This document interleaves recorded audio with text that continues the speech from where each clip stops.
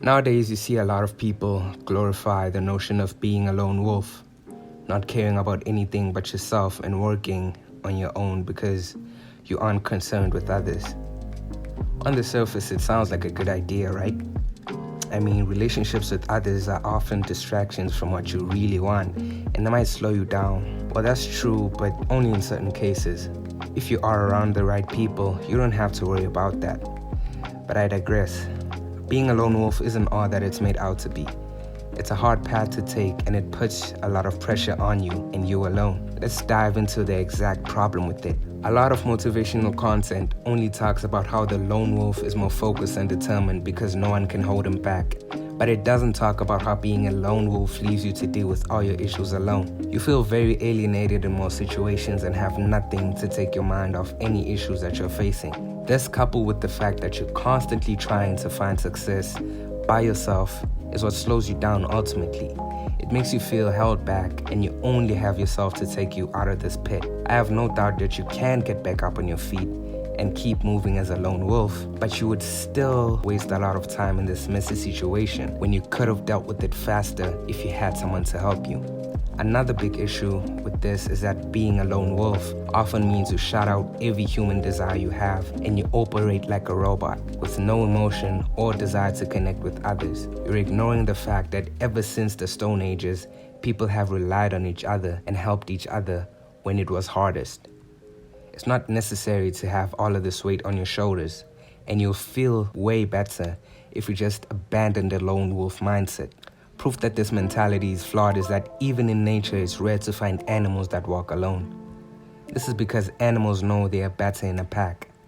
They know they survive a whole lot longer as a group, and they make everything easier for each other that way. No matter how strong you are by yourself, you are still better off with others, moving towards the same goal. This mentality isn't all bad though. There are some ideas you can still adopt from thinking like a lone wolf. Like not focusing too much on relationships that don't ascend you higher. You should know your worth and only establish connections with people who will help you grow. If you don't like how someone is moving, then you can just stay away from them. What I like about the lone wolf mindset is that you don't mind being alone and you are confident in yourself and your ability to get to the top by yourself. It removes the desperation most people have. You never hold on to people who drag you down, and you only go along with what you want. This shouldn't mean that you don't try to find people who are on the same trajectory though. You should be more confident, but not arrogant. You need to move as a unit with someone who you fully understand and feel close to. That's the best way to find true success. The lone wolf mentality also sparks a level of dedication that's hard to build any other way. Although it's extreme, being on your own, forced to fend for yourself and pursue what you truly want, builds you up to be an individual with deep dedication towards their work. You build an unshakable strength that no one can take away from you. And it's a great thing to have because this road will not be easy.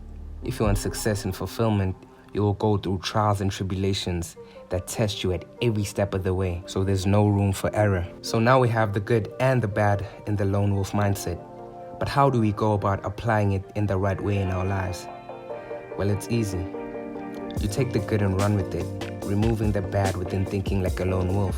By this I mean you should maintain focus on yourself and never let useless distractions take you out of your path to success.